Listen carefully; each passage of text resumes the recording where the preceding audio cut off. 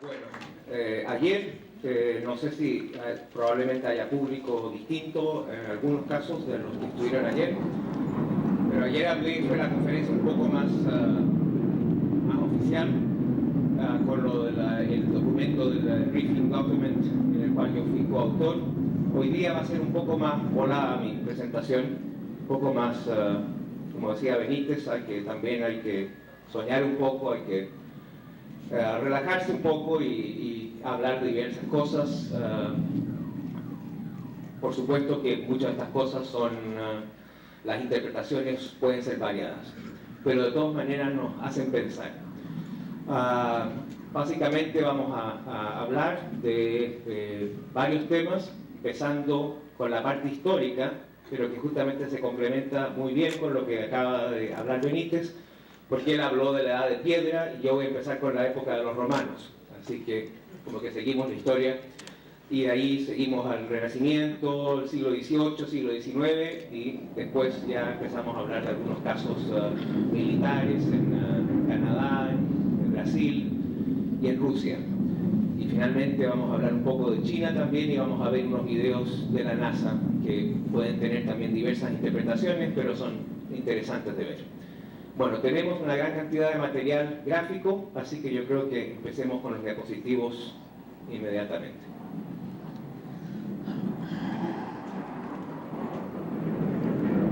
Esto es entonces la portada del documento que mostramos ayer, pero ya no vamos a repetir ese tema.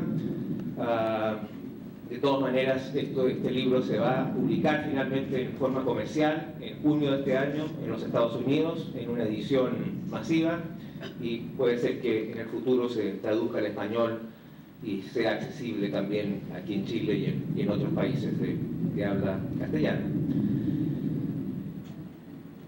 Bueno, justamente Benítez comentó este cuadro y ayer lo mostré en forma muy rápida, pero como ahora vamos a hablar un poco más de la cosa histórica, partimos también con este cuadro. Es de la escuela de Filippo Lippi, está en el famoso Palacio Vecchio, Palacio Viejo, el museo, que es ahora museo, por supuesto, en la ciudad de Florencia, de 1400 y tanto la pintura. Aquí, ayer nomás mostramos el cuadro en general, ahora vamos a ver las actuaciones. Aquí vemos ya de forma más clara esta especie de escena secundaria. Obviamente, seguramente estos cuadros de esa época eran comisiones, ¿no? Y el pintor tenía que hacer el cuadro de la Virgen María con el niño Jesús y el niño San Juan. Pero ahí como hace una escena secundaria en que claramente se ve que el tipo está mirando a este objeto y, como también comentaba Benítez, para mí esta es mi parte favorita, el perro. El perro también es un testigo. Y finalmente vemos ya la ampliación más detallada del objeto mismo.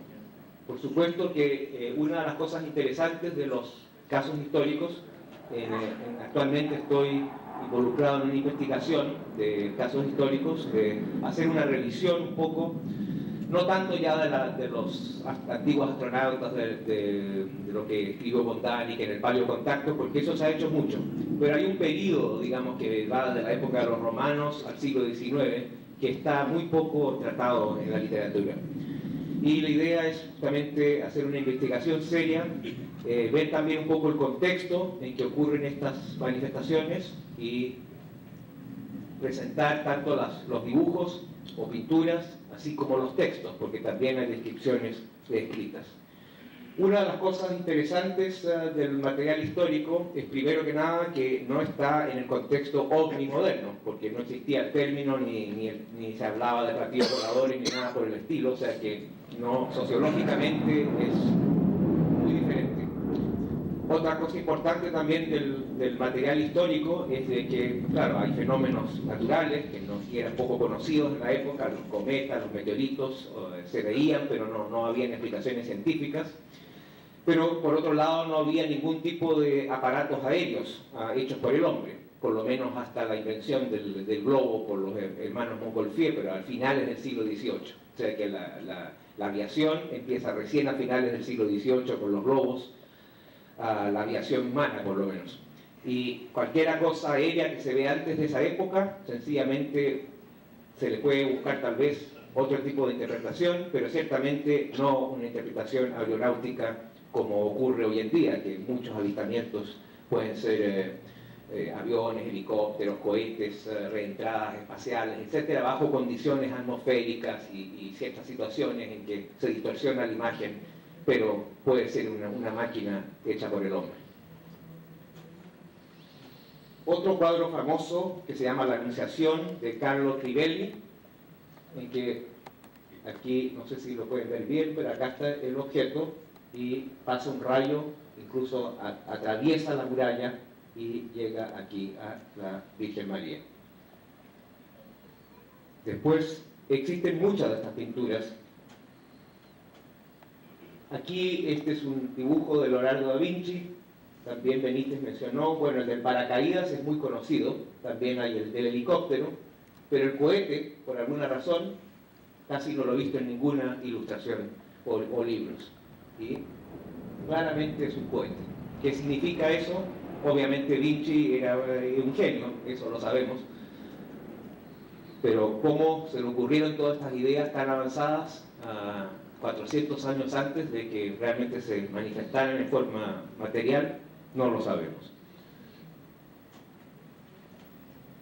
Naturalmente que este tipo de fenómeno de aparatos aéreos no se restringe al mundo occidental, sino que existe en todo el mundo y no nos vamos a explayar mucho en cosas de Oriente. Bueno, al final de esta conferencia voy a hablar de China, pero de casos recientes. Esta es una ilustración china muy antigua de carros aéreos, que según textos antiguos chinos existían en alguna época. Y en algunos de estos textos, a veces estas cosas se confunden también con la mitología, pero a veces se mencionan en forma más textual, como que realmente hubiesen existido. También hay los vimanas en la India, pero no vamos a hablar de eso hoy en día. Bueno, vamos ahora a lo de los romanos, y uno de los libros más fascinantes es el llamado Libro de los Prodigios, que escribió un historiador romano del siglo IV que se llama Julio Obsequens. Esta es una edición publicada en Lyon en 1554. Y este señor, Obsequens, sencillamente recolectó todos los relatos de fenómenos extraños, un poco como el antecesor de Charles Ford. Ford fue un escritor americano de finales del siglo XIX,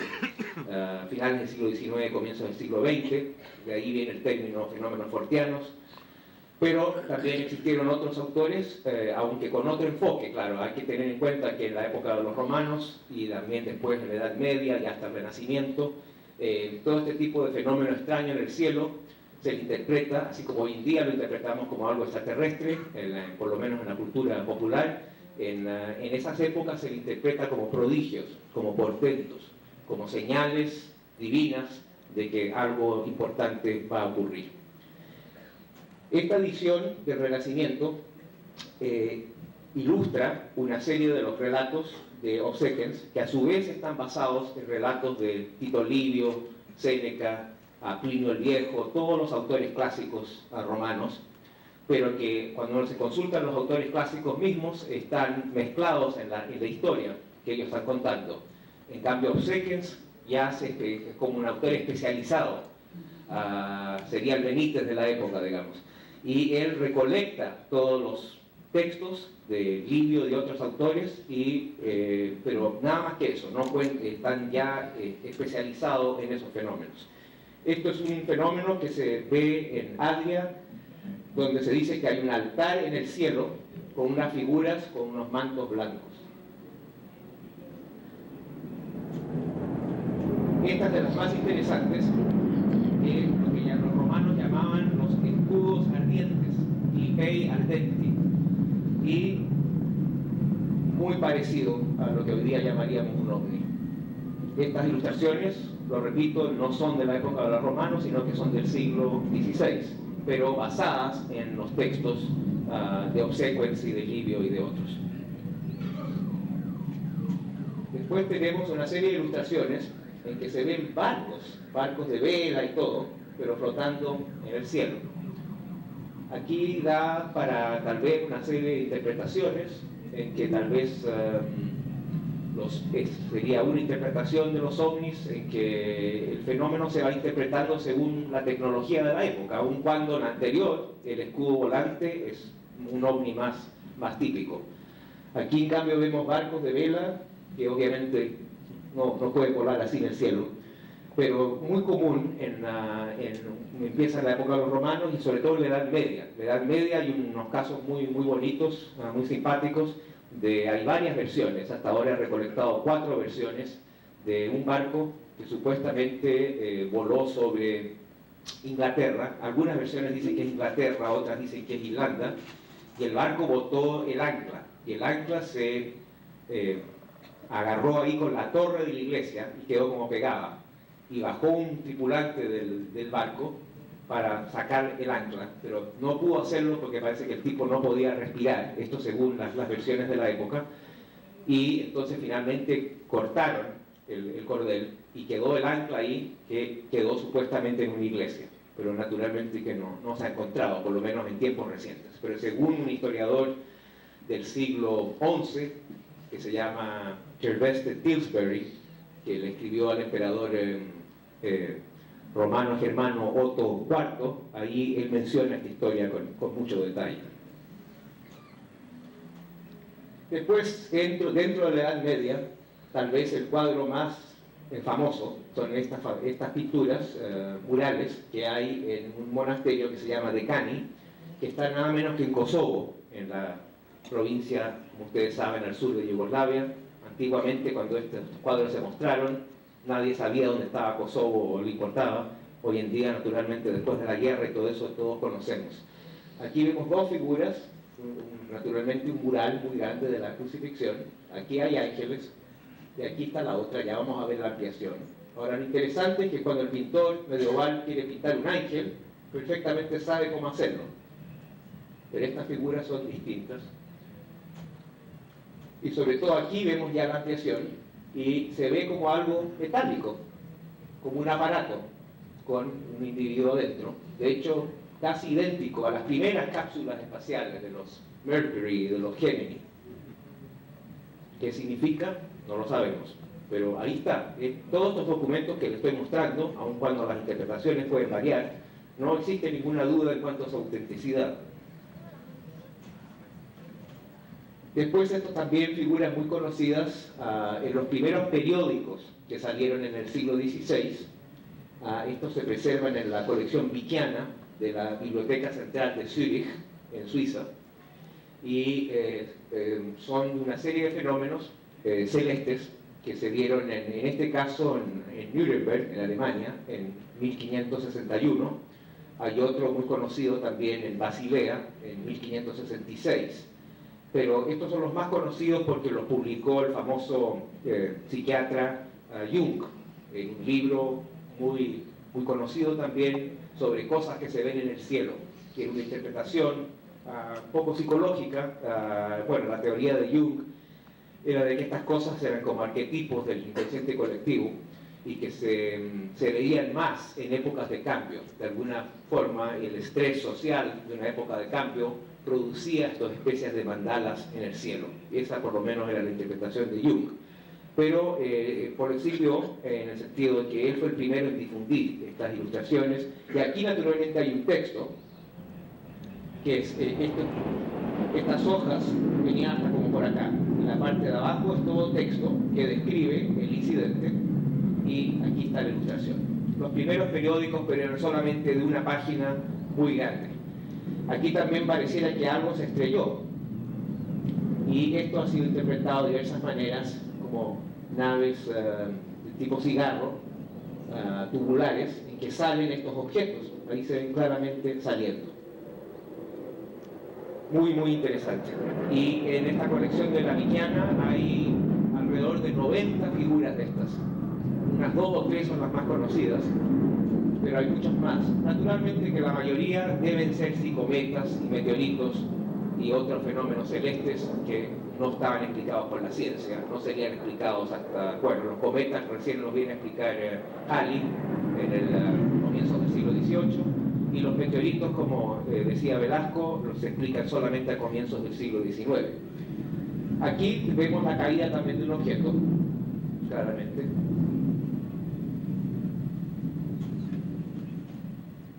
Este es el último cuadro de índole religiosa.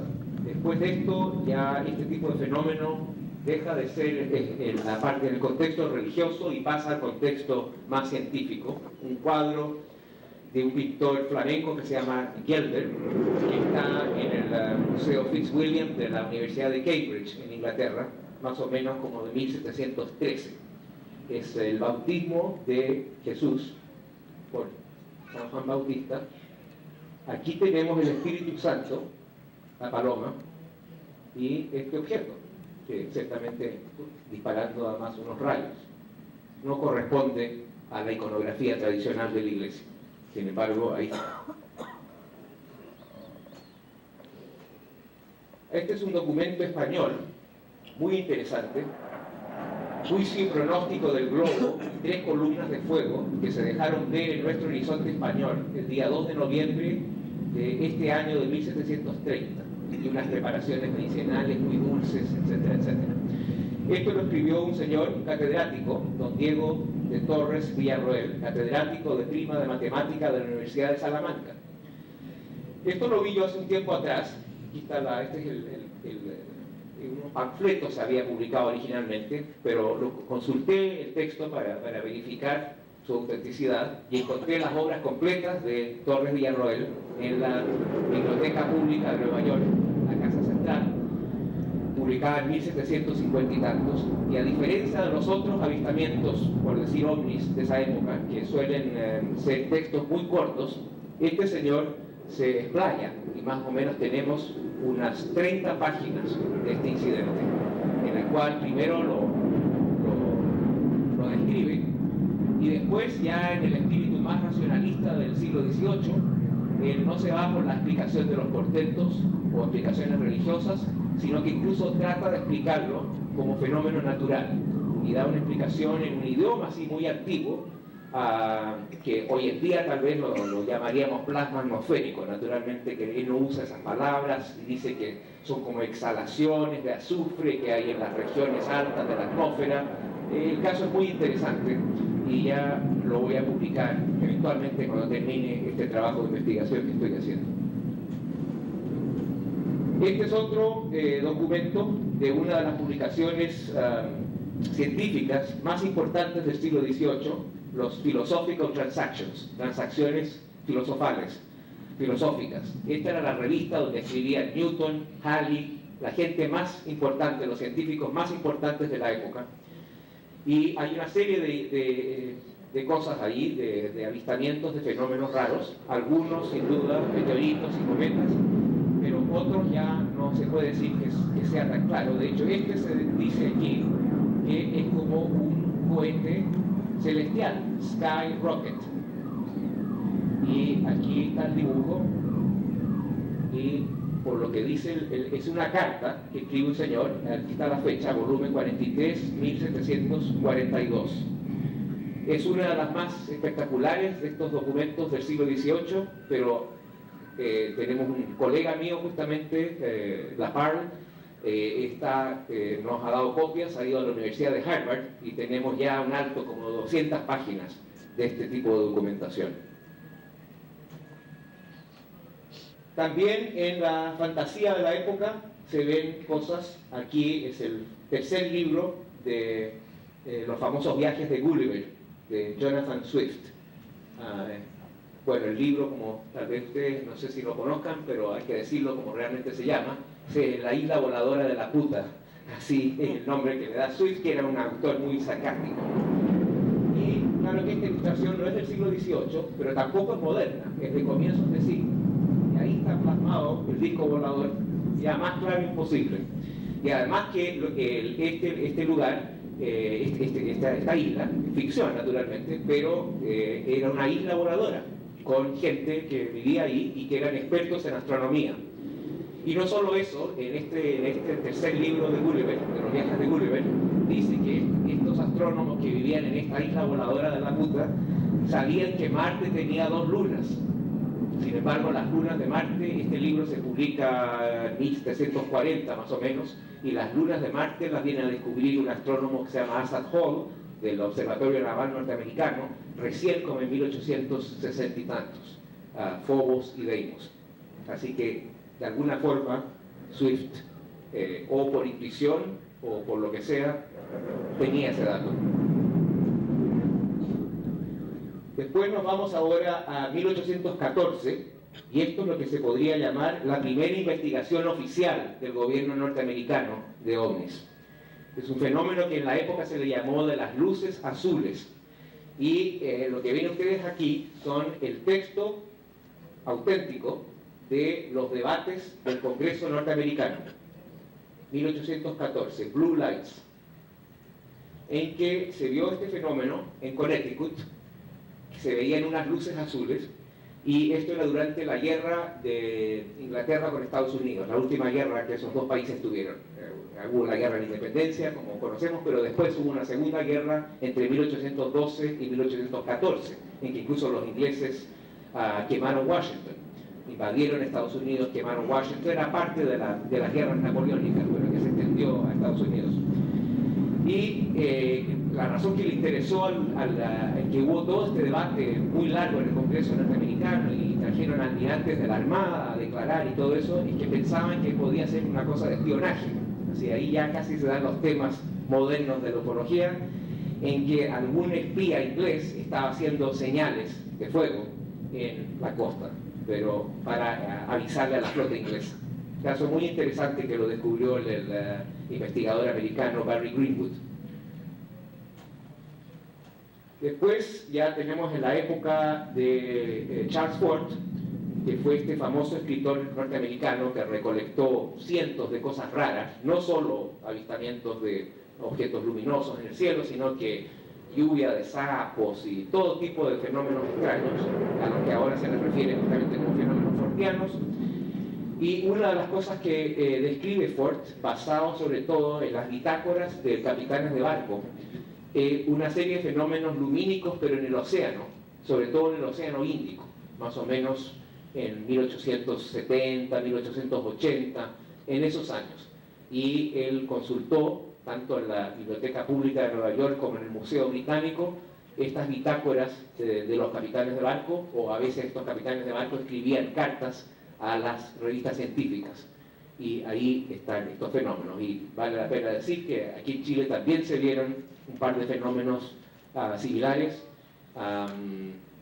Unos en Copiapó, en 1860 y tantos, y el otro es un relato de un sobrino de Arturo Prat, que se llama Agustín Prat von Seitz, en Chiloé, que justamente es uno de los textos que he seleccionado para este proyecto. Es muy interesante, un avistamiento largo desde un barco que se llama Huemul, en que ven estas luces también que salen del océano y están sobrevolando sobre el barco, y naturalmente no se le llaman ovnis ni nada por el estilo. No tenemos la fecha exacta, pero sería alrededor de 1910.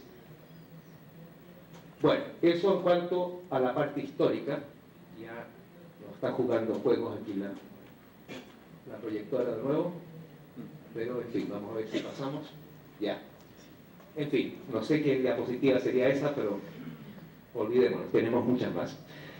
Lo que vamos a ver ahora, vamos ahora a pegar un tremendo salto histórico entre comienzos de siglo directamente a 1967, específicamente al 4 de octubre de 1967, al caso que se llama de Shag Harbor.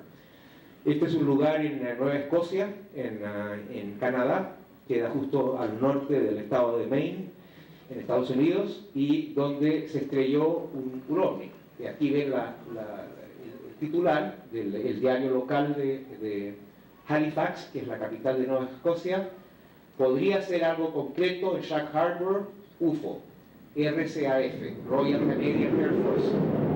Este caso es muy interesante porque es un caso de un ovni estrellado, pero mucho más consistente que el de Roswell. Consistente en el sentido que no hay discrepancia entre las versiones, eso es número uno. Número 2, las autoridades canadienses nunca lo negaron. Número 3, en tiempos recientes, vamos a seguir viendo aquí las fotos, en tiempos recientes han salido una serie de documentos que lo avalan. Así que es un caso que efectivamente ocurrió. Claro que el OVNI se estrelló, o más bien parece que estaba averiado, según las versiones, en el océano. Así que hasta donde sabemos no hay restos, por lo menos recuperados por los militares. Pero la existencia del objeto está muy clara. Esta es la zona donde ocurrió, una foto de la época justamente, en que cayó el objeto ahí en el mar, y en la época se pensó, aquí vemos este es el investigador canadiense que se llama Chris Stiles, que reinvestigó el caso a pesar de que salió en toda la prensa en la época, tal vez no en forma mundial, pero ciertamente en Canadá se supo, pero después fue olvidado, como a menudo ocurren en estas situaciones. Y prácticamente se olvidó la existencia de ese caso hasta más o menos el año 92-93, en que este ufólogo canadiense lo reabre, consiguió un apoyo financiero del FUFOR, el Fondo de Investigación OVNI que está en Washington, que dirigía Bruce Maccabee en esa época, y hace una serie de peticiones a las autoridades canadienses a través de la Ley de Libertad de Información canadiense, que es muy similar a la americana, y después de algún esfuerzo logra encontrar una serie de documentos. Por este caso yo también lo investigué personalmente, y cuando estaba escribiendo para la revista japonesa Borderlands, me mandaron a Nueva Escocia, y ahí tuve oportunidad de entrevistar a Stiles, fui a la zona donde ocurrió este incidente, y entrevisté también por teléfono a algunos de los testigos y también a algunos de los agentes de la policía montada de Canadá. Lo que pasó fue que cuando se estrelló el objeto, la primera impresión era que se trataba de que se había caído un avión. Entonces salieron inmediatamente una serie de barcos.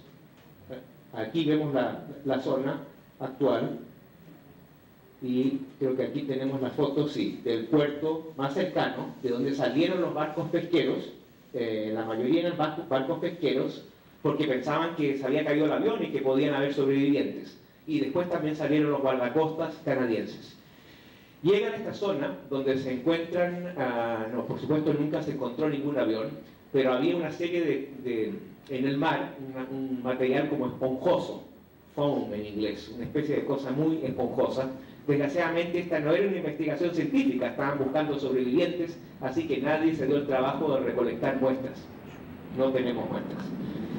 Más adelante sí, cuando ya se calculó de que no era un avión, pero tal vez podía ser un aparato, una nave espacial de los rusos o algo, la Marina canadiense mandó buzos.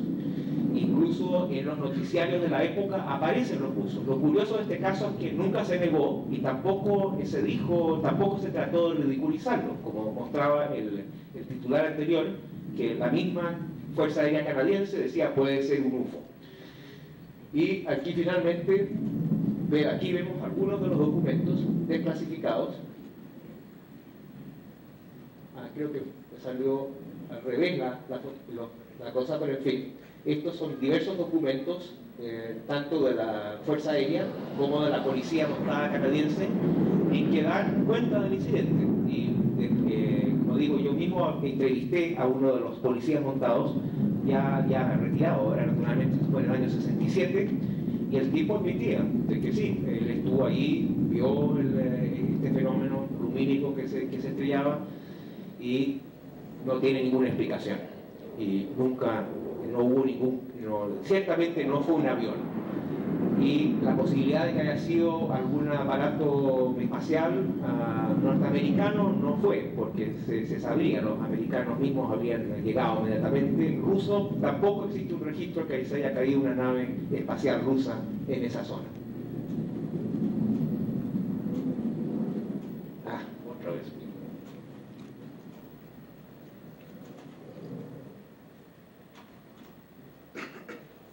Ahora hay una parte documentada de este incidente, digamos, avalada oficialmente por todos los documentos que les mostraba, y hay una segunda parte que ya es una historia más ufológica, o sea, hay testigos, pero que hablaron de forma confidencial, a Stiles y a otro investigador canadiense que se llama Don Ledger, pero no la podemos probar.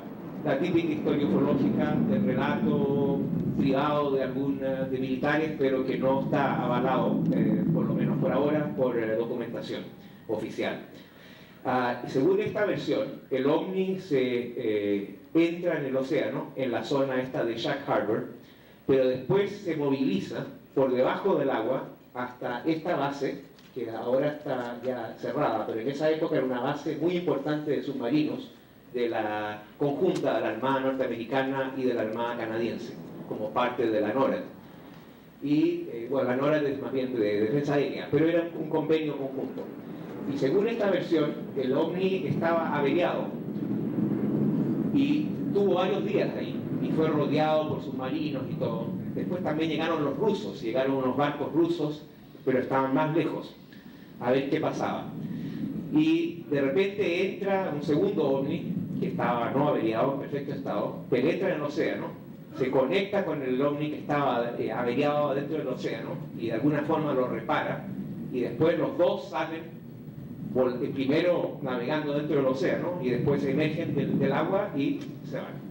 Y ahí hay algunos avistamientos también confirmados de un barco pesquero que vio los dos objetos que volaban. Después, cuando salió esta investigación, a pesar de que todavía no se ha publicado un libro, tengo entendido que Stiles y Ledger ya tienen un manuscrito hecho que estaría publicándose luego, dentro de los próximos, tal vez a finales de este año.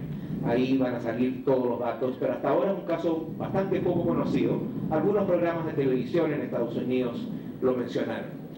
Pero cuando, a raíz de esos programas de televisión, justamente, es lo que muchas veces pasa, que cuando se da visibilidad a un caso, entonces testigos y gente que estuvo involucrada contactan a los autores. Y esto fue justamente lo que pasó. A raíz de la publicidad de este caso, un individuo contactó a Stiles y le dice que él tiene una foto tomada de larga exposición, que la puso sobre una muralla, y la puso en un tiempo largo de exposición. Así que tenemos incluso una foto de este incidente, que aquí ven. Este sería el ovni y estas cosas no. Bueno, esto justamente muestra lo de fotos de duración, ¿no? De exposición larga. Así que, hasta donde yo sé, la foto es auténtica, el individuo nunca la publicitó, de hecho no ha sido publicada hasta el día de hoy, y ahí tienen un dato más de este caso, o sea, fue fotografiado, está avalado por los propios documentos oficiales y no hay contradicciones entre los relatos. Claro que siempre van a haber pequeñas contradicciones, hay un accidente de auto, van a haber una versión un poco distinta que la del otro testigo, pero dentro de ciertos parámetros, ¿no? Que justamente es el problema de Roswell, que las discrepancias son muy, muy grandes y las distancias del ovni estrellado son de 50 millas, las fechas son una semana después, ya estamos hablando de discrepancias mayores que no se ha resuelto en el caso de Roswell, pero en este caso está bien claro. Bien, ahora vamos a ver rápidamente un caso brasilero que es realmente uno de mis favoritos, el caso de Pirassununga. Estos son unos documentos oficiales de un proyecto que están reproducidos, no es la copia exacta, pero totalmente textual. Un proyecto de la Fuerza Aérea Brasilera de los años 60 que se llamaba SIOANI, Servicio de Investigación, no me acuerdo la sigla entera, pero en los años 60, ya en los años 50 había habido otras investigaciones también de la Fuerza Aérea Brasilera, pero en los años 60 realmente crean un proyecto así tipo libro azul. Y existen los expedientes, el famoso ufólogo brasileño Gevaer los obtuvo, y de hecho esto está publicado en la revista de él, y aquí habla de 4 casos, todos en este lugar, Pirassununga, que es una ciudad chica en el estado de Sao Paulo, donde se dio varias oleadas en los años 60, donde también había una escuela de aviación de la Fuerza Aérea Brasileña. Bueno, vamos a mostrar un par de diapositivas, pero después vamos a ver una pequeña animación en video que yo hice para un proyecto para los japoneses, para la Pioneer, para un disco de láser que no salió por otras razones, porque ese formato no tuvo éxito en el mercado. La producción estaba ya terminada, pero fue retirada debido a que era un sistema que se llamaba LD-RAM, que fue un fracaso. Pero de todas maneras hicimos una pequeña animación, y este es el dibujo, el cuadro de la época. Este fue el testigo principal, que se llama Thiago Machado, y eso lo vamos a ver mejor en la animación. Aquí también hubo marcas en el terreno. Estas son fotos tomadas por un sargento de la Fuerza Aérea Brasilera como parte del expediente oficial. Y este es un documento traducido, claro, no es el documento original, que dice posible aterrizaje de un ovni en Pirassununga, Sao Paulo. Es un documento valiosísimo, donde está todo explicado el caso. Muy interesante este caso. Yo creo que ahora entonces veamos la animación para que ahí lo van a ver más claro lo que pasó. Si podemos ver entonces el primer clip de video. Este para mí es uno de los mejores casos. Es un caso que tiene todas las características, no sé por qué ha sido olvidado, y ni siquiera los brasileños hablan de él. Es un caso que tenemos, es un encuentro cercano del segundo y del tercer tipo. Del segundo tipo porque tenemos las huellas de terreno y también un efecto fisiológico en el testigo. Del tercer tipo porque se vieron los humanoides. Si podemos ver por favor el video.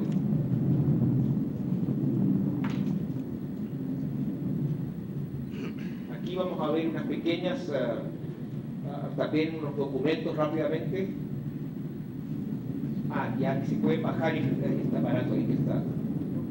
Sí, esto está en japonés, así que lo vamos a dejar sin sonido. Bueno, los documentos oficiales de la Fuerza Aérea Brasilera.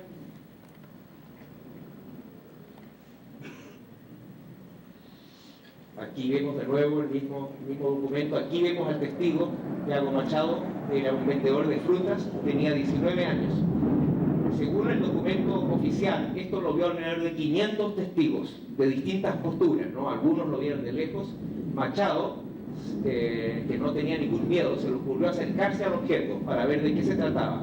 Tenía también ahí unos binoculares. Del objeto habían salido estos seres, así bien clásicos, con escafandra y todo, pero no iguales a los llamados grises, más altos, con uniforme.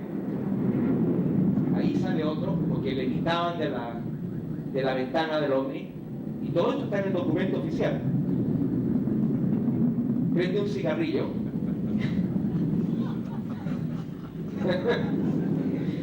Y de ahí va a sacar la cajetilla, y la cajetilla, esta parte es bien surrealista.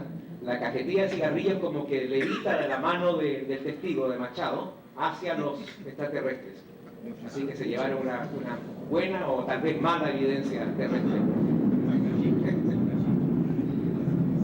Ahora se van, vuelven a su aparato, y aquí a Machado se le ocurre acercarse, y entonces le disparan. Y le dan en el muslo, cae. Y efectivamente lo llevaron después a la posta, y aquí tenía unas heridas. Ahora hay una explicación que dio un coronel brasilero, que a lo mejor no fue tanto un acto de agresión, sino que si el tipo se acercaba cuando el ovni iba a despegar, se iba a quemar por la radiación del ovni, y que por eso le dispararon. Esto será yo fui así como bañado que hice la presentación de ese programa. Bueno, ese clip de video, después vamos a ver otros. Este caso las tiene todas. Además de las huellas de aterrizaje, las huellas fisiológicas del testigo, está el testimonio del médico de la posta que no vio el ovni ni nada, pero le dice un coronel brasilero que investigó el caso que sí, que llegó este individuo que tenía unas marcas rojas, unas pequeñas quemaduras en la piel, que no eran graves. Después de una hora más o menos lo atendieron y lo soltaron. Pero también en el documento se habla de un efecto electromagnético que, de hecho, antes que los militares vieran el ovni, primero hay un apagón. Hay un apagón en todo el pueblo y en la base aérea y todo, y no solo un apagón eléctrico, sino que los teléfonos también dejan de funcionar. El tipo estaba justamente hablando con otro oficial y el teléfono se muere.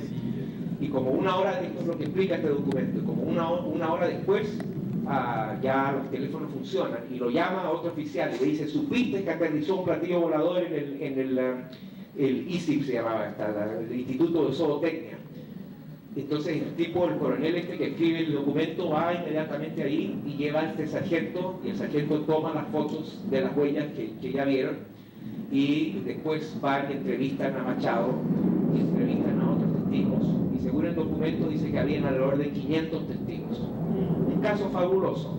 No sé por qué la ufología muchas veces abandona los buenos casos y se arrancan con los tarros, con unos casos que son pésimos. Bueno, pasamos ahora a completamente otro aspecto de la ufología, algunos casos en Rusia. En Rusia el tema era muy difícil porque en la época de los 50, de los 60 estaba muy censurado el tema, no solo el tema ufológico, sino que en general la prensa rusa estaba totalmente censurada. Y como hablábamos en el taller del otro día también, el término ovni estaba asociado por la propaganda comunista como una propaganda capitalista o una manipulación de la CIA y el Pentágono. Así que cuando empezó a abrir el tema ovni, que empezó con Brezhnev, bueno, habían habido unas pequeñas aperturas antes con el profesor Siegel, pero después eso se cerró también. Y ahí cuando los rusos empezaron a hablar de los fenómenos aéreos anómalos, pero los primeros que de hecho utilizaron ese término. Todo empezó a cambiar, a pesar de que hubo un periodo ya con Brezhnev en que por lo menos se podía hablar de avistamientos, pero no de encuentros cercanos. Todo lo que tuviera que ver con humanoides, todo eso estaba todavía censurado, pero objetos en el cielo, se empezó a hablar de eso. Incluso hubo unos estudios estadísticos muy importantes hechos por el Instituto de Investigación Espacial de la Academia de Ciencias, que el doctor Haynes conoce muy bien eso, que se publicó en 1979. Pero con Gorbachev, con la perestroika y el glasnost, se abre la caja de Pandora y empiezan a salir miles de relatos. Estas eran los que eran las revistas oficiales de propaganda de la Unión Soviética de la época, y ahí ven, ¿no? UFOs, la controversia. Este fue otro artículo muy importante publicado en la Revista Militar Soviética, de junio del 89, los ovnis y la seguridad. Exactamente el mismo título del famoso informe Cometa que acaba de salir en Francia. Creo que ese se llama Los ovnis y la defensa, pero básicamente aborda el mismo tema.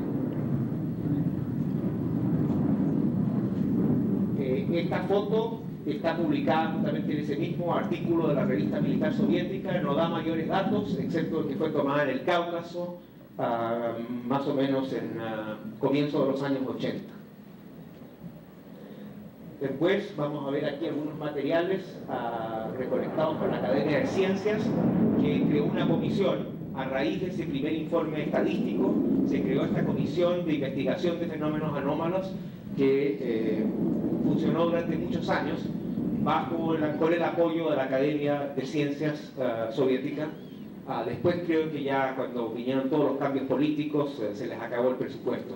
Así que no sé si hoy en día eso todavía funciona, pero ciertamente que en los años 80 fue bastante activa, y esta foto se la entregaron unos científicos al periodista norteamericano George Knapp, pero no tengo detalles, sí, bien interesante como foto. Esto también, otros dibujos de testigos, también de la Academia de Ciencias, 1980. Este es un recuadre de una película tomada para una prueba de aviones en el aeropuerto de Riga, de Latvia, que hoy en día, claro, es un país independiente, pero en esa época era parte de la Unión Soviética. Y estaban tomando una película para propaganda o para efectos, qué sé yo, militares de la prueba de estos aviones, cuando aparece este objeto triangular. Y esa película después fue censurada y no se guardó en algún archivo, y recién viene a salir en los años 90. Yo he visto la película también, pero en este momento no la tengo. Hay una versión que dice que, incluso según un científico escéptico soviético que se llama Platov, dice que es uno de estos globos franceses, ¿no? Lo mismo que se dijo de aquellos casos españoles de los años 60. Pero según otra versión, estos objetos pequeños habían salido del ovni. Y aquí vemos otro más. Bueno, este es el coronel Boris Sokolov, que las investigaciones de la Academia Soviética se sabían ya desde el año 79, porque se habían distribuido los informes al occidente.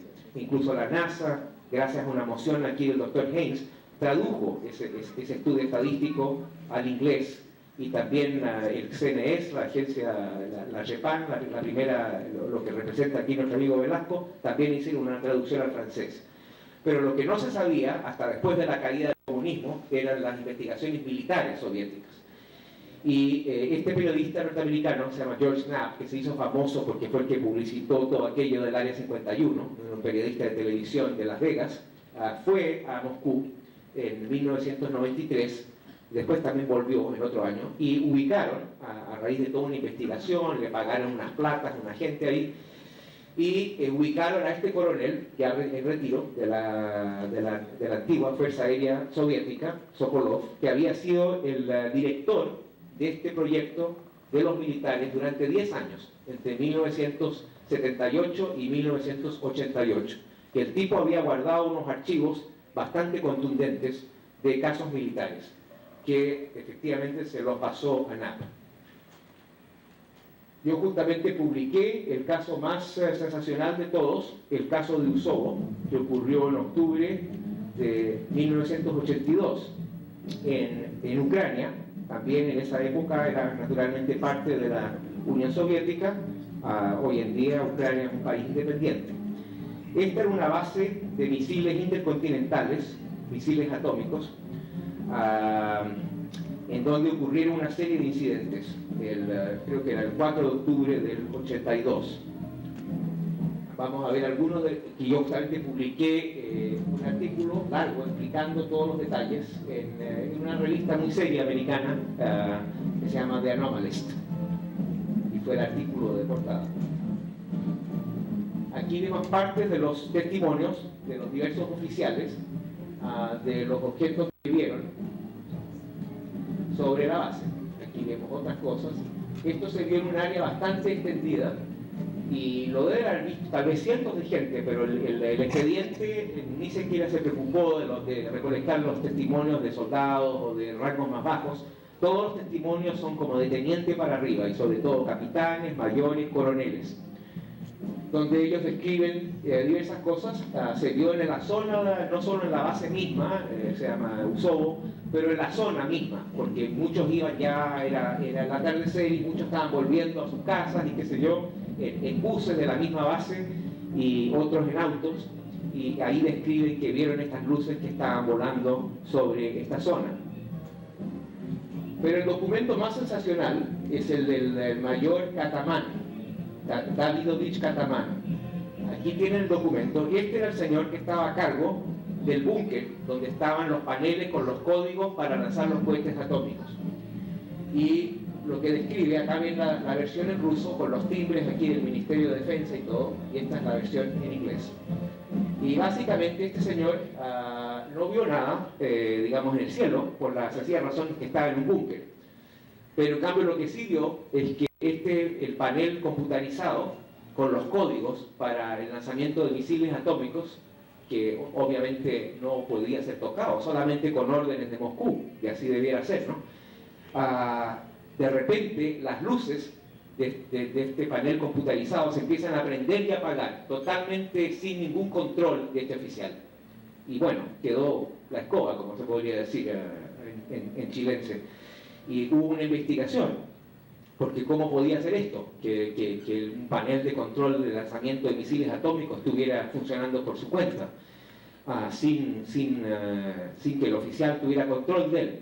Y según explica, esta parte ya no está en los documentos, pero la explica el coronel Sokolov. Dice que efectivamente vinieron unos expertos, una comisión de Moscú, y desmantelaron el aparato para ver si tenía alguna explicación técnica, pero nunca la encontraron.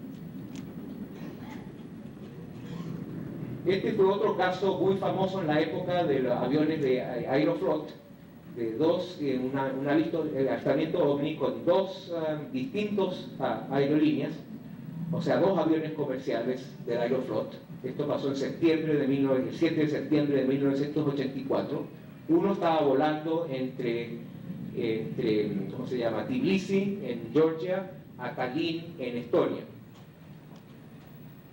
La razón que esto salió al público es que uno de los miembros de la Comisión de Fenómenos Anómalos de la Academia era uno de los pasajeros, porque todavía estamos hablando del 84, esto es pre-Gorbachev, estaba controlada la prensa. Pero la razón de que uno de los expertos de la Academia estaba justamente de pasajero, salió la noticia y la publicó el famoso diario Trud, el diario de los trabajadores, se llamaba en la época. Y tengo entendido que después incluso echaron al editor del diario, a raíz de que llegó, digamos, que el tipo publicó la noticia sin permiso de las autoridades. Y se creó una tremenda controversia en la prensa en la época, pero solamente se reveló en la época la primera parte del incidente, la parte del alistamiento de los aviones. Aquí ven, esto lo publicó el ufólogo ruso Shurinov, Boris Shurinov, en su libro sobre la historia de la ufología en Rusia. De hecho, Shurinov estuvo aquí el año pasado para un congreso de la Universidad de Santiago y estuvimos almorzando, vino con un cosmonauta, Baladín, estuvimos almorzando justamente en el CEFA y todo eso. El libro está escrito en francés, porque Shurinov es un lingüista y habla muchos idiomas. Aquí da la ruta del avión, aquí tenemos algunas de las ilustraciones. Lo más curioso de este caso, y la razón que Shurinov lo conoce muy bien, que hace un tratamiento muy detallado y profundo en su libro, es que él había sido compañero de colegio de uno de los pilotos de uno de los aviones. Y así fue que supo que mientras que uno de los aviones de pasajeros solamente vio el ovni, estos fenómenos que parecían seguir al ovni, pero el otro tuvo una experiencia. Bueno, aquí podemos ver las recreaciones. Esto se vio en un programa de televisión pero hace muchos años atrás, esta parte, pero la parte más impresionante es esta, en que sale un rayo gigantesco de uno de los aviones y le pega a la cabina donde está el piloto y el copiloto, y en ese momento, para mala suerte de ella, una de las azafatas. Y según consta una serie de documentos médicos, esta gente tuvo un efecto fisiológico, pero muy muy serio. Y al parecer, yo no soy médico, habría que tener todos los expedientes a mano, pero al parecer contraen cáncer gracias a este rayo de luz que penetra la cabina. Y uno de los, no me acuerdo si es el piloto o el copiloto, pero uno de ellos se muere 1 o 2 años después. El otro está vivo pero con cáncer, y la azafata que estaba en la cabina también tiene efectos médicos. No los pasajeros, porque esto parece fue efecto directo de este rayo que atravesó la cabina. Incluso tenemos un documento del gobierno americano, de lo que se llama el Foreign Broadcast Information Service, una agencia de la inteligencia norteamericana que sencillamente monitorea toda la prensa y los medios de comunicación del mundo y los extracta y los digiere para la inteligencia americana. Y aquí se habla de un artículo publicado en el diario Industria Socialista, donde hablan de un científico ruso que se llama Anatoly Listratov, que menciona este incidente, y aquí incluso habla de que uno de los pilotos se murió de cáncer, y que en el expediente decía que la razón del cáncer fue un rayo emitido por un objeto volador no identificado. Caso muy importante, también medio olvidado por alguna razón. Bien, después vamos a tener toda una sección de videos. Vamos a pasar aquí rápidamente porque están los videos también. Los casos de los cosmonautas, han habido no tantos como muchas veces se cree, pero han habido por lo menos un par de casos verificados de cosmonautas soviéticos. Aquí una pintura de la Estación Espacial Mir, el centro de control espacial en Moscú. Y bueno, un cosmonauta, el caso más famoso, y vamos a ver una pequeña animación también hecha por los japoneses. Esta fue otra producción, ya no estuve involucrado, pero del cosmonauta Kovalyonok. Es tal vez el caso más importante, aunque hay otro de una filmación de Musa Manarov, que también la vamos a ver. Esto es de la bitácora, el diario de vida de Kovalyonok, que esto ocurrió en el año 81, o sea que fue mucho antes del Mir, cuando estaba en el Salyut 7. Y esto está con la puño y letra del propio cosmonauta, y aquí se ve el fenómeno. Después vamos a ver la animación. Y aquí tenemos a Kovalyonok y Víctor Savinik cuando aterrizaron. Esto es artículo del New York Times, pero aquí no mencionan para nada el avistamiento. De hecho, el avistamiento yo tenía serias dudas, porque se publicó originalmente en un diario tabloide norteamericano muy sensacionalista que se llama National Enquirer, que algunos de ustedes tal vez lo conozcan, que publicaba muchas cosas de ovnis, pero naturalmente que no era una publicación seria. Y ahí, pero tenían sí un periodista que era de origen estonio, Henry Gries, que tenía muy buenos contactos y hablaba el idioma y todo, y él fue el primero en publicar. Pero la noticia fue muy distorsionada. Decía que habían salido unos seres de la nave, digamos, alienígena, y estos seres habían flotado hacia la escotilla del ovni, y nada de eso se confirmó. Pero muchos años después, el cosmonauta Kovalyonok dio una entrevista donde aparece con uniforme de general de 3 estrellas y todo, donde habla y reconoce que realmente el incidente existió, pero no tan sensacional como la versión del Enquirer, pero hubo un incidente. Así que yo creo que... bueno, esto después vamos a ver justamente unos videos que vienen de un DVD que acaba de salir en Estados Unidos, donde yo participé también, no fui el productor principal ni nada por el estilo, pero hice comentarios en audio sobre algunas de esas afirmaciones. Entonces ahora vamos a ver una sección de videos de varias cosas. Vamos a ver el asunto de Kovalyonok y vamos a ver la afirmación de Manarov. No, sí, démosle.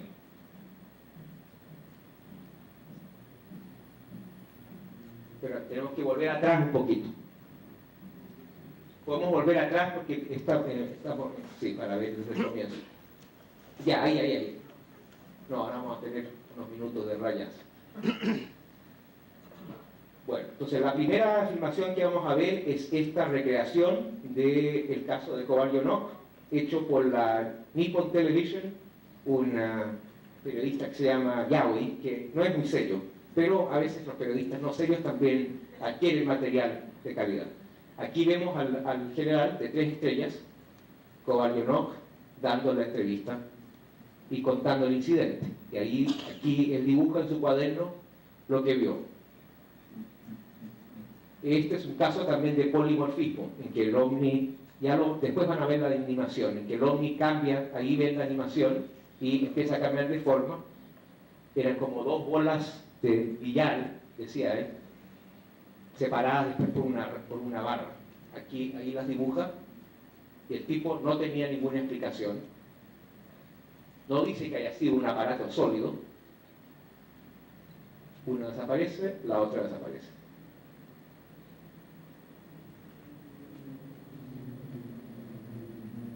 Sería interesante justamente traer a Chile este señor en algún momento, tal vez para otro simposio, para que nos dé su testimonio. Ahora vamos a ver la afirmación de Musa Manarov, de la cual el cosmonauta Baladín habló la última vez, pero no mostró la afirmación. Y esta es del año 91, el 31 de marzo del año 91.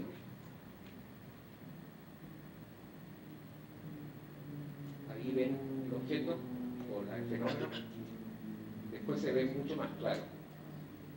Totalmente auténtica esta afirmación, no hay duda, no es un fraude, nada ha sido admitida por el mismo centro espacial ruso.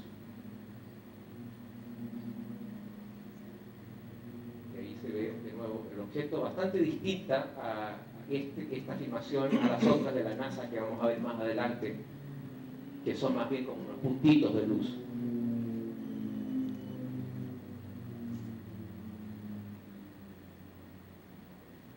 Y además también fue vista visualmente. Esto no es una cosa que fue registrada automáticamente, sino que él la filmó, el cosmonauta Manarov. Ahí se ve claro, de repente. Habría que preguntarle, claro, a los expertos en cohetería y todo eso, a ver si puede ser alguna cosa, pero según el mismo cosmonauta ruso no era nada relacionado con el mismo. Y de repente como que se enfoca en la cámara y se ve bien clara la filmación.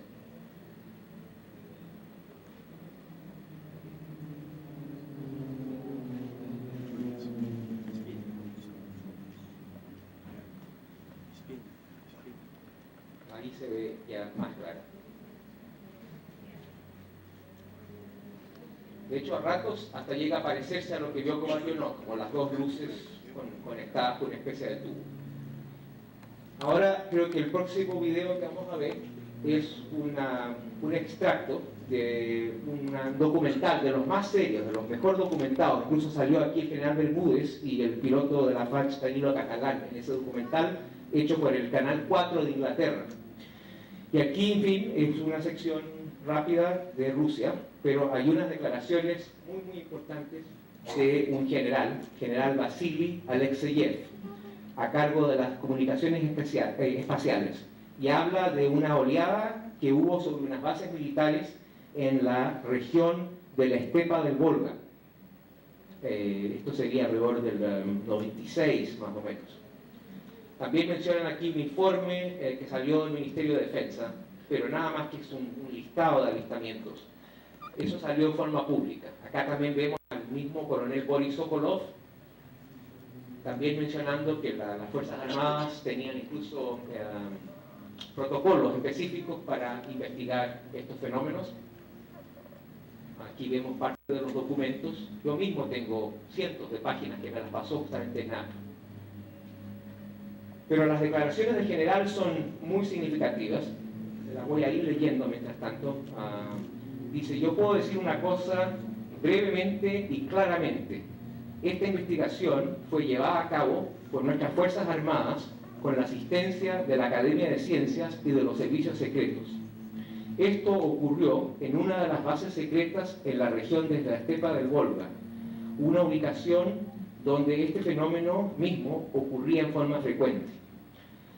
Se probó en forma conclusiva y también se reportó que al final no podía haber ninguna duda de que se tratara de pruebas de armas secretas. O sea, los mismos rusos dicen no fueron armas secretas. A ver, ¿qué más? Bueno, allí ven justamente al general Alexeyev. La luz aquí no está tan difícil de ver. Ahí después agrega que no estamos suficientemente avanzados, lo que a su vez pone una pregunta de qué es lo que todo esto podría significar. A pesar del hecho de que ha habido mucha aprehensión de usar esta frase, los oficiales que eran responsables de esta comisión de alto nivel se vieron obligados a reportar que al final de cuentas había probablemente una civilización alienígena presente. Y esto lo dice este general con uniforme y todo. La comisión llegó a esa conclusión, aun cuando se dieron cuenta en la época que era una idea difícil de poner enfrente. Bueno, yo creo que ya le he confirmado varias veces que yo realmente apoyo la noción de que estos objetos aparentemente tienen un origen extraterrestre. Esa es la versión textual de este general. Además ya es muy conocido, se ha mostrado muchas veces, pero los otros son menos conocidos. Y hay varias versiones. La versión incluso oficial de la NASA es de que se trataba de partículas de hielo del mismo transbordador. En lo que el transbordador hace maniobras, estas partículas de hielo vuelan alrededor del aparato, ¿no? Pero esa es una versión y hay otros que naturalmente divergen. Son bien largas las filmaciones, aquí hemos nada más que extractado algunas y de hecho no ocurren todas juntas, estas son del día siguiente. La misma misión, pero otro día.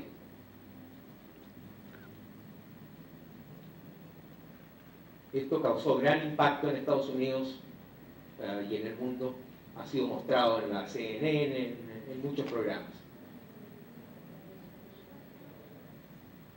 Y como les digo, hay diversas versiones. Hay otras versiones que dicen que son tal vez pruebas de el proyecto de la iniciativa de defensa estratégica del Pentágono. Hay otras versiones más especulativas de que los militares están tratando de disparar a los ovnis. En fin. Aquí vemos un poco la ampliación. Ahí como que... estas son otras. Estas son unas filmaciones que son una especie de objetos como casi muy raros, que se ven como una especie de amebas, tomadas por este famoso astronauta Musgrave, Story Musgrave. Miren eso. Eso no es una partícula de hielo, ¿no? Pero tampoco es un aparato rígido tecnológico. Eso es lo curioso de esta cosa. ¿Qué será? No tengo idea. Parece una ameba.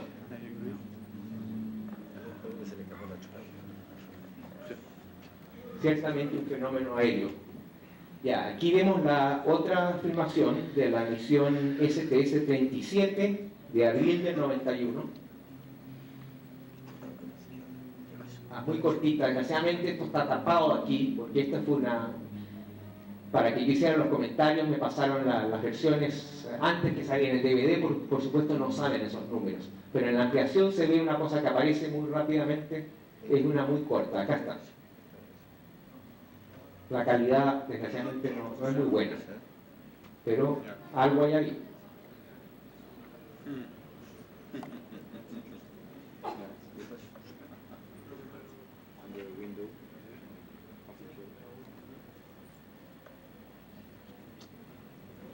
No ha habido ningún análisis así completo de todas estas filmaciones.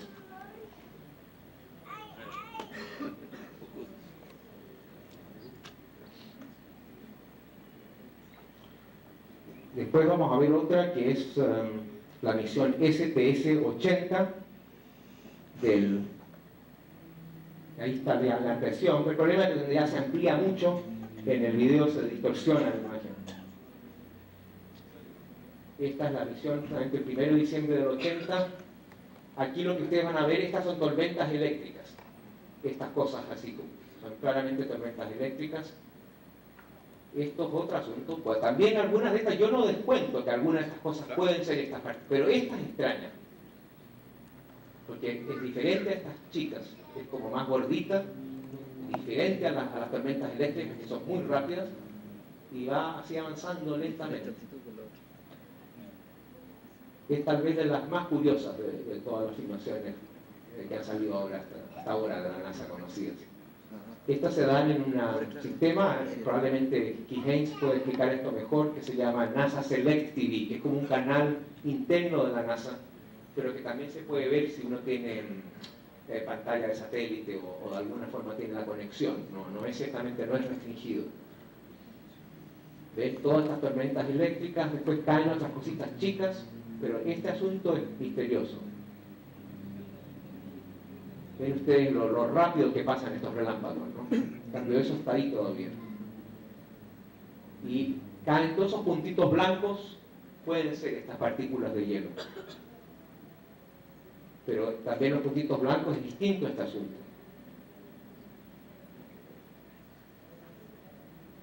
Y ahí aparece otro, que se mueve.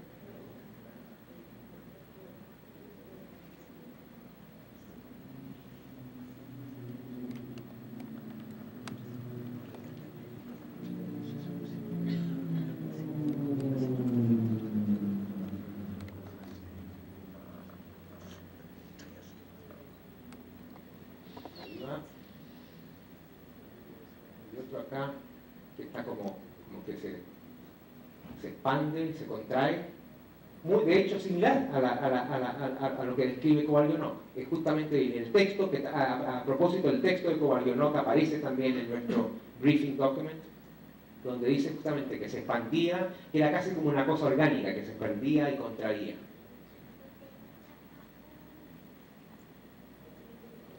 Y ahí siguen las tormentas eléctricas, pero hay estos 3 puntos ahí. Ahora, a mí no me gusta aparentar lo que no soy, así que no soy experto en imágenes espaciales, lo que soy periodista científico bien informado y me encargo de conseguir este material. Pero tiene que ser analizado por gente que tiene background técnico, no solo en video, sino que también en los procedimientos del programa espacial.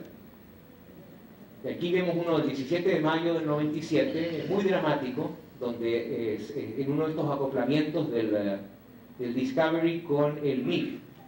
Lo que ven, esto es el Mir, no es un hombre. Este es bastante largo, tal vez, estamos ya creo que pasados de la hora, así que en un momento vamos a tener que de repente hacer pasar rápido porque todavía nos queda unos cuantos diapos más, pero aquí van a ver todo tipo de puntos blancos en este video.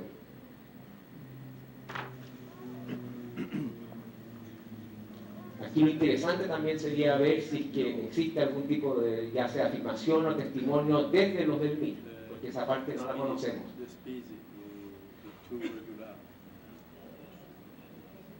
Podría ser que a lo que se acerca creo que era el Discovery, a lo que se va acercando al MIR, está lanzando estas partículas, ¿no? Podría ser una explicación. Ahí vemos ahora una visión del MIR, pero a lo lejos. De todas maneras es una afirmación bien dramática. Y bueno, todo tipo de puntos que aparecen en el lente de la cámara.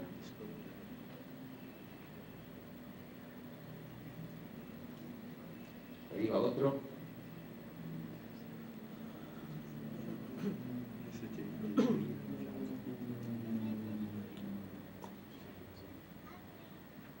Y otro.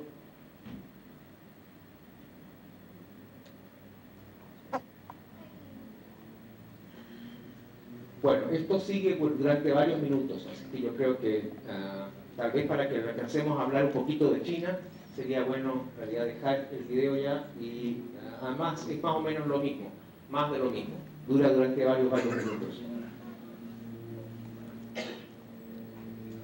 Ahora estamos ya muy corto de tiempo, así que vamos a pasar muy rápidamente con el material, que me parece que ahora venía la parte de la China. Sí. Ahora la China tiene una historia también totalmente distinta, por lo menos en la parte social del fenómeno OVNI, en que a diferencia de la Unión Soviética, donde el fenómeno era conocido, pero era censurado, y la propaganda comunista decía que eran propaganda del Pentágono y todo eso, en cambio en la China no se conocía el fenómeno. Sencillamente, en la época de Mao, sobre todo en la época de la Revolución Cultural, la China estuvo totalmente aislada del resto del mundo y el ciudadano chino no tenía idea de que el resto del mundo había este debate de los platillos voladores, de los ovnis, de como ustedes quieran llamarlos. Así que tiene una dinámica social totalmente distinta el fenómeno ahí. Claro, existen documentos antiguos e incluso existen algunos artículos de mediados de los años 40, el 47, la misma oleada del 47, cuando todavía estaban el gobierno de Chiang Kai-shek, se reportan algunos avistamientos, tanto en China como en otro del mundo, la oleada esa famosa del 47, pero con la subida de los comunistas de Mao en el 49, se acaba el tema.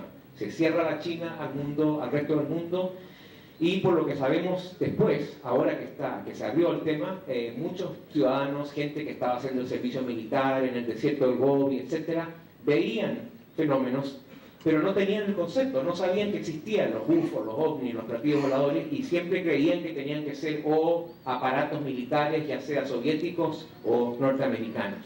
Así que es una dinámica distinta.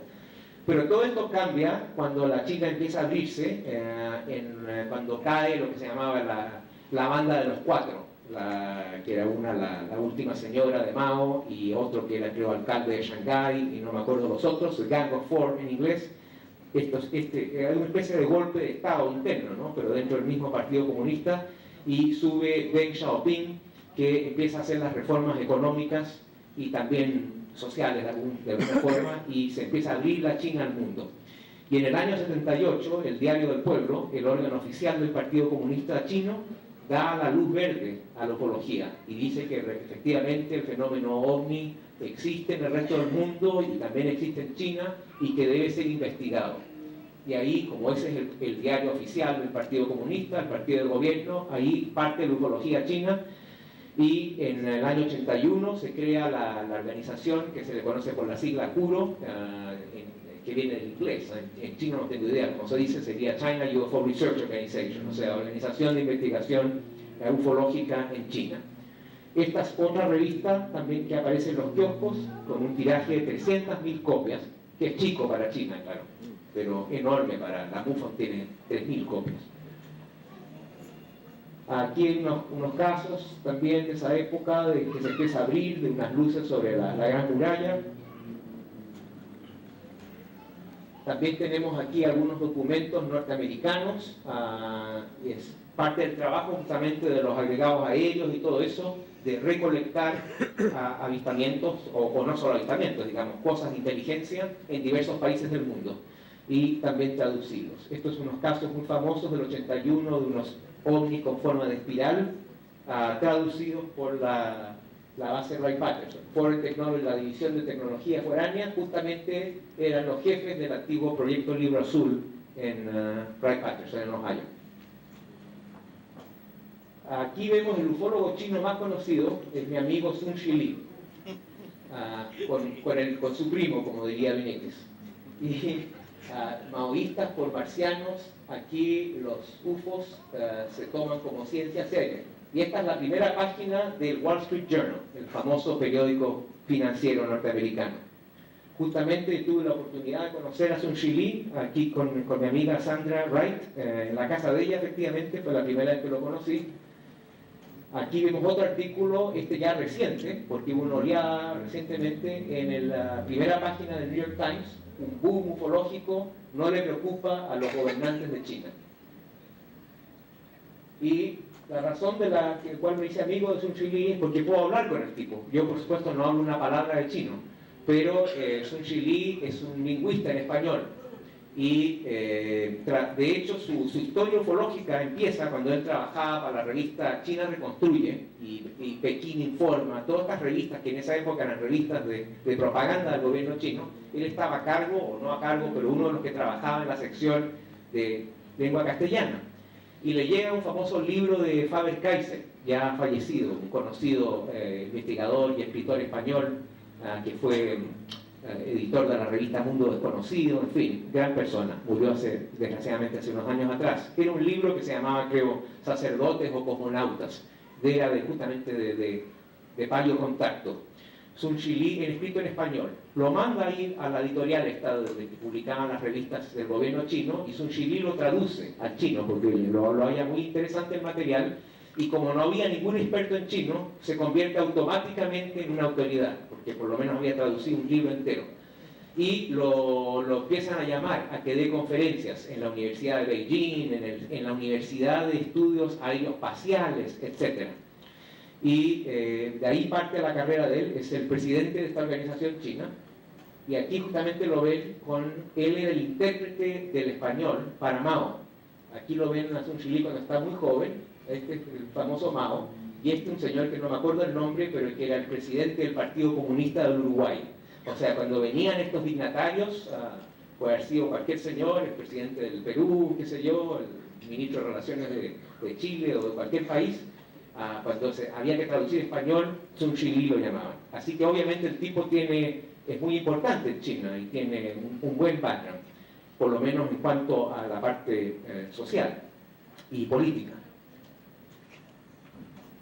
Bueno, aquí han habido varios casos en los últimos años, incluso un caso de Scramble también, este creo que fue como a finales del 98, salió en la prensa china. Y una de las cosas que les interesa a los chinos, según nos decía este fue material que me proporcionó Sun Shili, es que están tratando de entender la propulsión del fenómeno ovni y aplicarla. Entonces, esta comisión, hay que dejarlo en claro, sí, no es una comisión oficial, como el CEFA o como el CEPRA, pero por otro lado, la China todavía todo está controlado por el Partido Comunista, así que es una comisión tolerada, o quizás más que tolerada, semioficial, pero no tiene así un estatus oficial. Sin embargo, ellos dan demostraciones, según nos decía Sun Xili, incluso al ejército chino, de estos inventos que están desarrollando o tratando de desarrollar.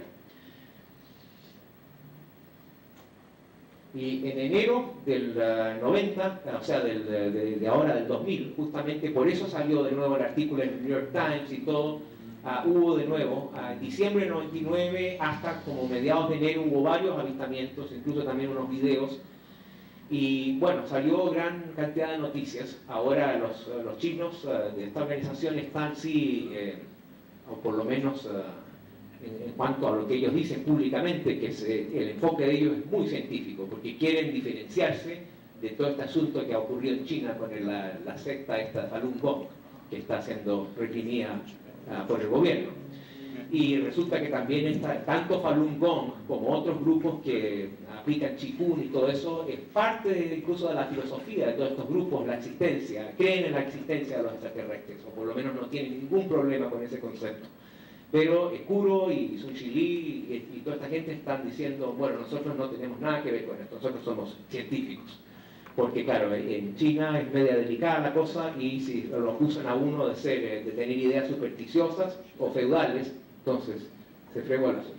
Bueno, ahora volvemos cerca de China, pero cruzamos el mar, digamos, a Japón. Y este es el famoso museo de Hakui, la ciudad de Hakui, del cual se habló mucho. Yo de hecho soy amigo también de Takano, que no es el director completo del museo, pero es el encargado de la sección ufológica del museo. Como ven, tiene forma de disco volador, pero mucho se especuló también de este asunto, y se dijeron una serie de bobadas hace unos años atrás, de que Japón iba a mostrar un cadáver extraterrestre auténtico, y que Japón se estaba independizando de los Estados Unidos, y que Estados Unidos había después metido presión y les había dado un trato económico. Todo eso es totalmente falso. Es un proyecto, de hecho, no central, no del gobierno de Tokio. Si se fuera un proyecto del gobierno de Tokio, estaría en Tokio, y no en una región muy provinciana, sino que hace muchos años atrás, cuando el gobierno japonés tenía mucha plata extra, que ahora no la tiene, pero en esa época sí, dieron como unos regalos a comunidades pequeñas, y a esta ciudad de Hakui le regalaron $700.000.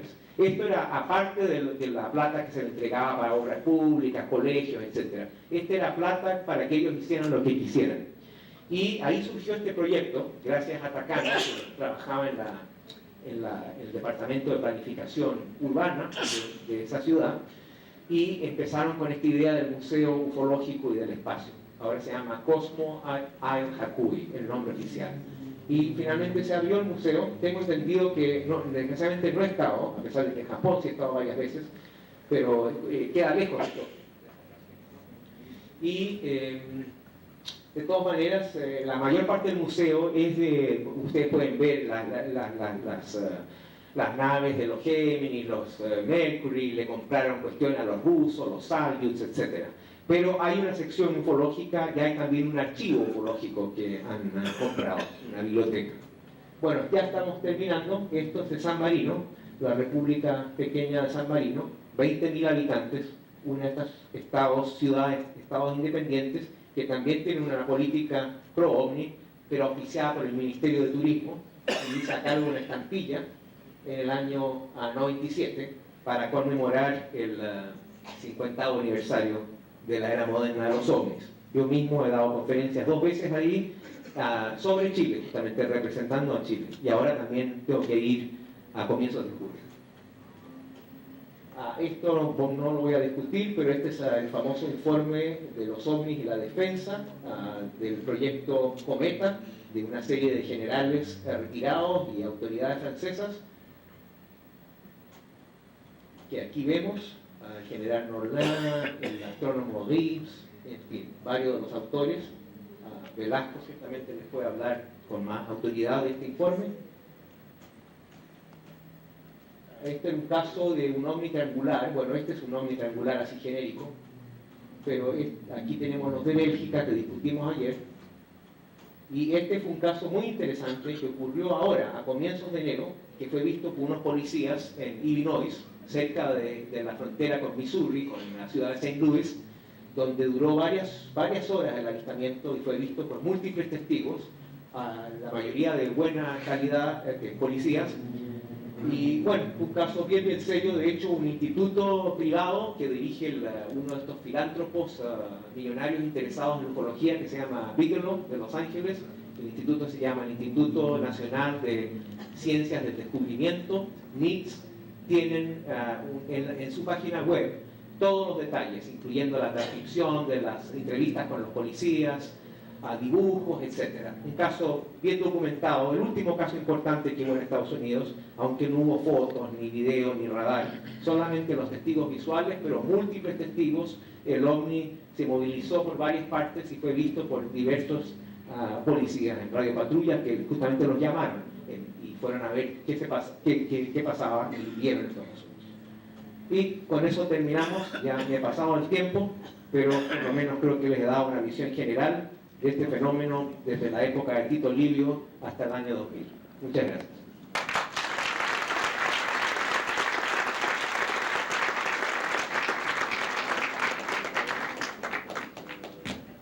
Muy bien, vamos a tener una muy breve oportunidad que los señores asistentes hagan las preguntas respectivas. A las dos personas, dos oficiales de sala con micrófono. Le rogamos al público que hagan las preguntas de la forma más breve posible.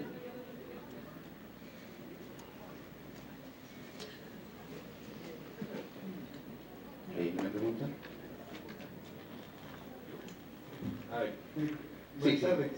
Ojalá sea una pregunta simple, porque la respuesta tiene que ser corta, me dicen aquí. Algunos videos de los que mostró daban la impresión de que fueran medio trucados. Esos son todos videos de la NASA. Esa sería esa interpretación, no, ahí no va. Puede que sean fenómenos explicables, pero trucados no lo son. Porque si fueran trucados, la misma NASA los desmentiría. Además que estos son grabados de ¿cómo se llama? El NASA Select TV. Sino que a veces por las copias, si se copiaron y recopiaron, puede que pierdan calidad, pero no son trucados. Sí. Aló. Bueno, para ser breve me voy a ir en concreto y volviendo a la explicación respecto a este ovni que cayó al mar en Canadá. ¿Ya? Hay una situación que me llama la atención y en general es así en todo esto, aquellos como yo que nos dedicamos a estudiar el fenómeno. Se dijo en un momento que aparentemente esto llegó a una base de submarino. Bueno, no adentro de la base, en el océano, cerca de la base. Correcto, cerca. También se dijo que llegaron naves rusas. La pregunta en concreto es, ¿cuál es el punto de vista del señor Uneus desde su perspectiva de investigador con respecto a cuánto saben las fuerzas militares, que por razones obvias nosotros no podemos accesar a esa información respecto del tema? Bueno, esa pregunta, contestando en forma rápida, va a ser media difícil. No sabemos. Justamente el punto de la documentación secreta es que es secreta.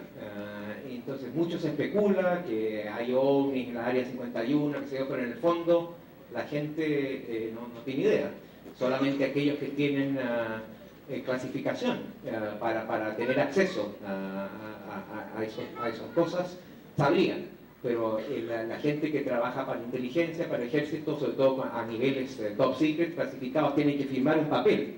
E incluso cuando se retiran, te dicen que no pueden hablar de eso, porque son cosas de seguridad nacional. Y si hablan de eso, bueno, los pueden llevar a la cárcel, les pueden pasar multas, les pueden quitar la pensión. Entonces, es difícil saber qué es lo que saben las Fuerzas Armadas de los diversos países. Tenemos una gran cantidad de documentación ya desclasificada, a pesar de que puede que esté desclasificada con hoyos o con fallas o qué sé yo, pero igual está desclasificada. Hay miles de documentos a estas alturas, de Estados Unidos, de España, de Rusia, de Brasil, de qué sé yo. Pero lo que falta tal vez son conclusiones finales, que es lo que a toda la gente le gustaría tener. Pero a lo mejor esas conclusiones tampoco existen. A lo mejor los militares tampoco realmente, puede que tengan muchos datos, que tengan archivos de radar y de documentación, pero a lo mejor les falta justamente el punto final, de saber qué son estos asuntos y a qué vienen. Última pregunta. Buenas, quisiera preguntar sobre si se ha documentado sobre los avistamientos que se hicieron en la Segunda Guerra Mundial, que creo que fueron los llamados Foo Fighters. Sí, bueno, de eso hablé yo ayer, aunque brevemente. Bueno, ese fue uno de los capítulos en este briefing document del cual yo fui coautor. Bueno, de eso se sabe bastante, porque a estas alturas ya los documentos de la Segunda Guerra Mundial yo creo que están todos desclasificados. Lo que pasa es que esos documentos no eran una investigación ovni, porque ni siquiera existía el término ni nada. Eran documentos de recuento de la misión militar. Entonces decía, bueno, volamos sobre Alemania, nos dispararon en Hamburgo, qué sé yo, y vino un caza, según la misión, ¿no? Y dentro de esos, yo mostré justamente ayer un diapositivo de uno de estos documentos, en que dice, se dio un Foo Fire, ni siquiera dice Foo Fighter, porque en esa época se estaba recién generando, habían varios términos, ¿no?, que la gente les daba, términos así coloquiales. Y finalmente el término Foo Fighter fue el que pegó, y lo mismo que a los comienzos también se les dio platillos voladores, discos aéreos, había también distintos términos en los comienzos de un fenómeno sociológico, hasta que finalmente un término se solidifica y ahí se le conoce de ahí para adelante por ese término. Pero lo de los Foo Fighters también quedó sin explicar, pasó hace tanto tiempo ya, que incluso yo creo que ya muchos de los testigos, los pilotos de esa época están muertos. No creo que haya una documentación mucho más de la que ya tenemos. No creo que se haya escrito un volumen específico, porque cuando la gente está en guerra tiene otras preocupaciones. Y en ese momento estaban en una guerra mundial contra los alemanes, contra los japoneses, y no era la prioridad investigar estas cuestiones. Se reportan nomás en las misiones. Ya, desgraciadamente se nos pasó el tiempo y además todos tenemos que almorzar. Pero igual yo voy a estar aquí, así que después me pueden pillar por ahí y seguimos conversando. Gracias.